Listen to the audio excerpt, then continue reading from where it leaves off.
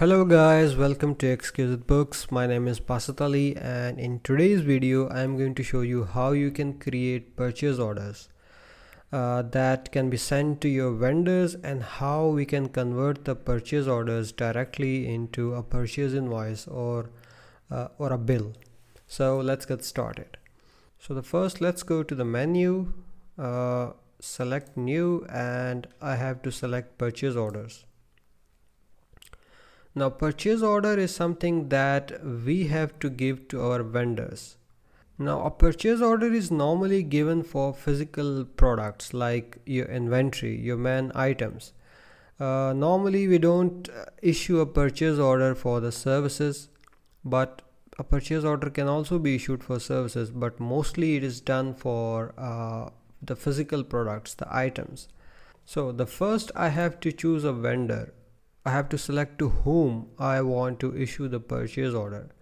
Now these are the vendors that are already created in QuickBooks Online or that have been previously used for the transactions in QuickBooks Online. You can also create a new vendor, and let's say this time Quantum Trading is our name of the vendor. You can also fill all of the other details, the email, the phone number, and all the address and additional details, but I'll just enter the name and that's it. And I can also mention the email like info@quantum.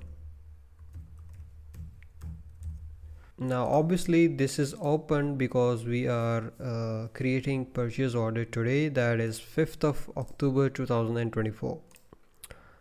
Now there is an option of ship to here as well. This means that if we want our vendor to deliver the products directly to our customers, so we can add the details of the customers here as well. But I want our vendor to deliver the goods to us, and then we by ourselves will deliver the items to our vendor. And now I have to enter the item details because I am purchasing my inventory items that I will be delivering to my customers. This is not a kind of an expense or office supply, so I'm not going to enter the details in the category section. I will be entering the details in the item details section. Let's say we purchase some monitors. We are going to purchase 20 monitors at the rate of $350. Oh, sorry, I have to mention the rate here for $350, and $7,000 will be the total amount of this purchase order. Now on the bottom I can mention some message for my vendors like please deliver within 7 days or something like that. Now this will appear to the vendor who will receive this purchase order, and the memo is the details that I will see when I will generate reports regarding this purchase orders. So on the memo I can write that purchase of 20 monitors, something like that. And on the attachment I can also attach some documents if I want regarding this purchase order, or maybe if there are any specific specifications or specific requirements, maybe the product details, product dimensions, and all the technical things I can attach here as well. And the second thing is that I can also customize my purchase order as well. And I can also add some custom fields here if I want. Any other detail if I want to see on the header section, I can select this manage custom fields, and this is going to take me to a separate window where I can create custom fields, and those custom fields would appear on somewhere in the header. So it is up to you if you want to add some custom fields as well, but for me this looks fine. And now let's save it. Now our purchase order has been saved, but remember that the purchase order is not a posting entry, it is a purchase order, it is not going to affect any of the reports, the profit and loss reports, the balance sheet. It is not going to affect anything unless we receive a purchase bill and we physically receive the inventory, because the purchase orders can be rejected as well, and if the vendor is out of stock, so maybe he may refuse us. So the purchase order, so always remember, purchase order is a non-posting entry. And the best way to see is that we can let's save it once again, and now let's go to the reports. Just to show you that this does not affect the actual reports.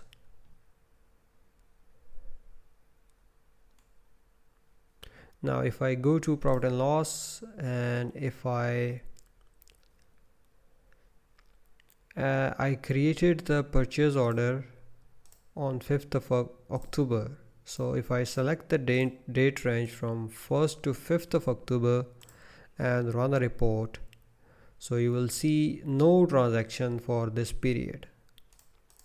But now let's convert the purchase order into a purchase invoice, and then let's see the report once again. So I will go back to the menu, go to new, and this time let's select bill. Now I can create a direct bill from the purchase orders.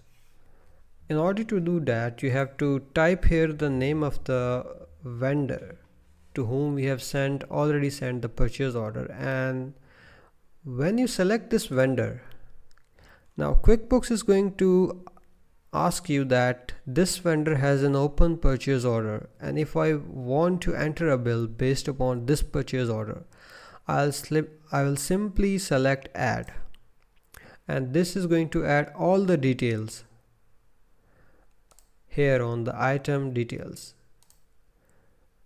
We were purchasing monitors, the description, yes, the quantity, and the $7,000 price. And let's assume that our vendor have supplied us only 10 monitors and he haven't supplied us the rest. So I can change it here as well. So now $3,500. So the bill of $3,500 will be entered. And let's select save. Now this bill is saved. And now let's go to the reports section and let's check the inventory reports to see that whether the inventory, whether the monitors have been received. I'll select inventory valuation detail, and here you can see that on 5th of October 2024, this is the vendor and this is the quantity we have received. This is the beginning balance, that is 11 quantity, and this is the new quantity, that is 10, and this is the total quantity of the inventory of the monitors that we have on hand. I can also click this bill to check the bill and all the relevant details on the bill. And secondly, if I go to the expenses and overview, if I go to the bills, and you can see here, this is the vendor, this is the due date, and this is the amount that is due that we need to pay to this vendor. So you can check the details of all the bills by going to expenses and then going to the bills, and we can also check the paid bills here. So let's pay this bill since it is due. Now we can pay this bill in two ways. First, by opening this bill, and from here we can pay this bill. We can simply mark this as paid. Now it will ask us, and it will take us to the bill payment section, and this is the pay. And now here it is asking me to select the bank from which we want to pay this bill. Let's say we want to pay this bill from Bank of America checking account, and this is the current balance of this account. and you can mention the check number. If you are paying your vendor with a check, you can mention the check number here, the date of the payment, and you have to select the bill. And you can also change the amount. Let's say we want to pay this bill partially and we are paying only $1,000, so we can select apply $1,000, and I can press save and close. Now $1,000 have been paid.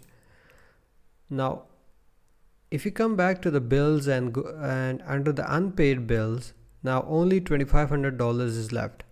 And if I go to the paid details, and still it is not appearing here because this bill is not fully paid. It will appear under the paid details once it is fully cleared. So let's fully pay this bill. Now let's pay this remaining amount of $2,500 by another way. This time I will go to new and I'll select pay bills. Here I will select the account from which I am paying this bill, the date of the payment, and here the check number used to pay this bill. Here we will select this bill. This is the vendor and this is the total amount. And now I can either schedule out this payment if I want to pay this in the future. I can select any future date and I can schedule the payment of this bill, or I can simply save it. This will pay it now. Now you can see one bill is marked as paid. Now let's go back to the expenses and go to the bills. And here you can see under the unpaid screen there is no bills appearing here. And if I go to the paid, it will appear here. This is the vendor, the bill date, due date, and this is the bill amount. And you can also see the payments that have been paid. First we paid $1,000, and this is the reference number, the check number, and then we paid it, and then we paid the remaining portion of $2,500, and this is the reference number. So this is how you can create your purchase orders. You can convert them into purchase invoices.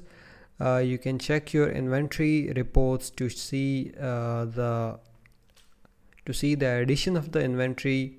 And this concludes our video for today. I do hope you guys liked the video, and thank you for watching.